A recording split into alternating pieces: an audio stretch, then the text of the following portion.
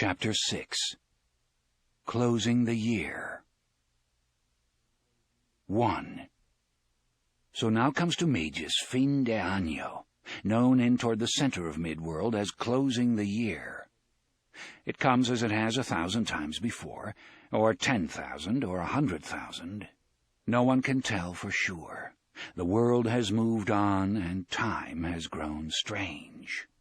In Mejis their saying is, time is a face on the water. In the fields, the last of the potatoes are being picked by men and women who wear gloves and their heaviest serapes, for now the wind has turned firmly, blowing east to west, blowing hard, and always there's the smell of salt in the chilly air, a smell like tears. Los campesinos harvest the final rows cheerfully enough, talking of the things they'll do and the capers they'll cut at reaping fair. But they feel all of autumn's old sadness in the wind, the going of the year.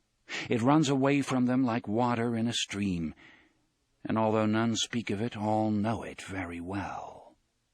In the orchards, the last and highest of the apples are picked by laughing young men. In these not-quite gales, the final days of picking belong only to them, who bob up and down like crow's nest lookouts. Above them, in skies which hold a brilliant, cloudless blue, squadrons of geese fly south, calling their rusty adieus. The small fishing boats are pulled from the water. Their hulls are scraped and painted by singing owners who mostly work stripped to the waist, in spite of the chill in the air.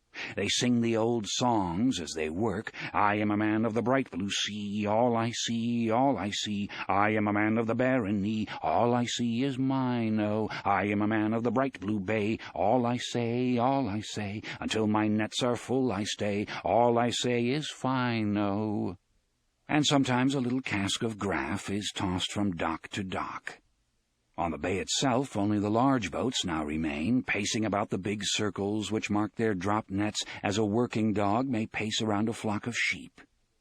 At noon the bay is a rippling sheet of autumn fire, and the men on the boat sit cross-legged eating their lunches and know that all they see is theirs, oh, at least until the gray gales of autumn come swarming over the horizon, coughing out their gusts of sleet and snow. Closing the year. Along the streets of Hambry the reap lights now burn at night, and the hands of the stuffy guys are painted red. Reap charms hang everywhere, and although women often kiss and are kissed in the streets and in both marketplaces, often by men they do not know, sexual intercourse has come to an almost complete halt. It will resume with a bang, you might say, on reap night. There will be the usual crop of full-earth babies the following year as a result. On the drop the horses gallop wildly, as if understanding, very likely they do, that their time of freedom is coming to an end. They swoop, and then stand with their faces pointing west when the wind gusts, showing their asses to winter. On the ranches, porch nets are taken down and shutters rehung. In the huge ranch kitchens and smaller farmhouse kitchens, no one is stealing reap kisses, and no one is even thinking about sex.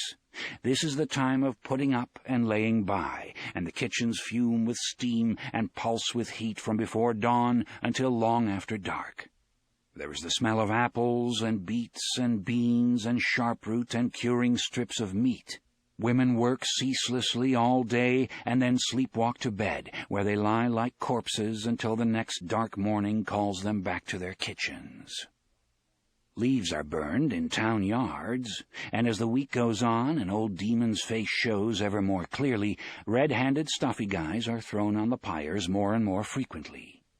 In the fields, corn shocks flare like torches, and often stuffies burn with them, their red hands and white cross eyes rippling in the heat.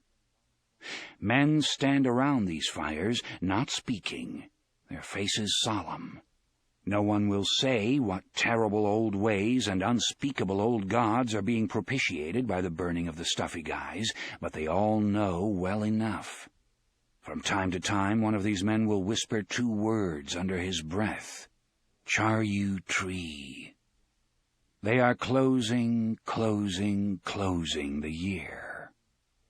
The streets rattle with firecrackers, and sometimes with a heftier big bang that makes even placid cart horses rear in their traces, and echo with the laughter of children.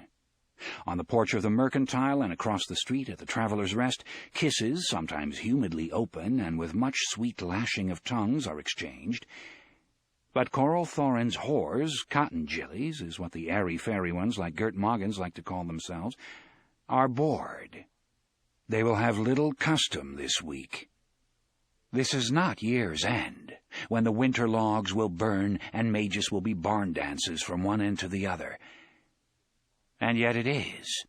This is the real year's end, Charyu Tree, and everyone, from Stanley Ruiz standing at the bar beneath the romp to the farthest of Fran Lengo's vaqueros out on the edge of the bad grass, knows it. There is a kind of echo in the bright air, a yearning for other places in the blood, a loneliness in the heart that sings like the wind. But this year there's something else as well, a sense of wrongness that no one can quite voice. Folks who never had a nightmare in their lives will awake screaming with them during the week of fin de año. Men who consider themselves peaceful will find themselves not only in fistfights, but instigating them. Discontented boys who would only have dreamed of running away in other years will this year actually do it, and most will not come back after the first night spent sleeping raw. There is a sense, inarticulate but very much there, that things have gone amiss this season. It is the closing of the year, it is also the closing of the peace. For it is here, in the sleepy outworld barony of Mejis, that Midworld's last great conflict will shortly begin. It is from here that the blood will begin to flow. In 2 years, no more, the world as it has been will be swept away. It starts here. From its field of roses, the dark tower cries out in its beast's voice. Time is a face on the water.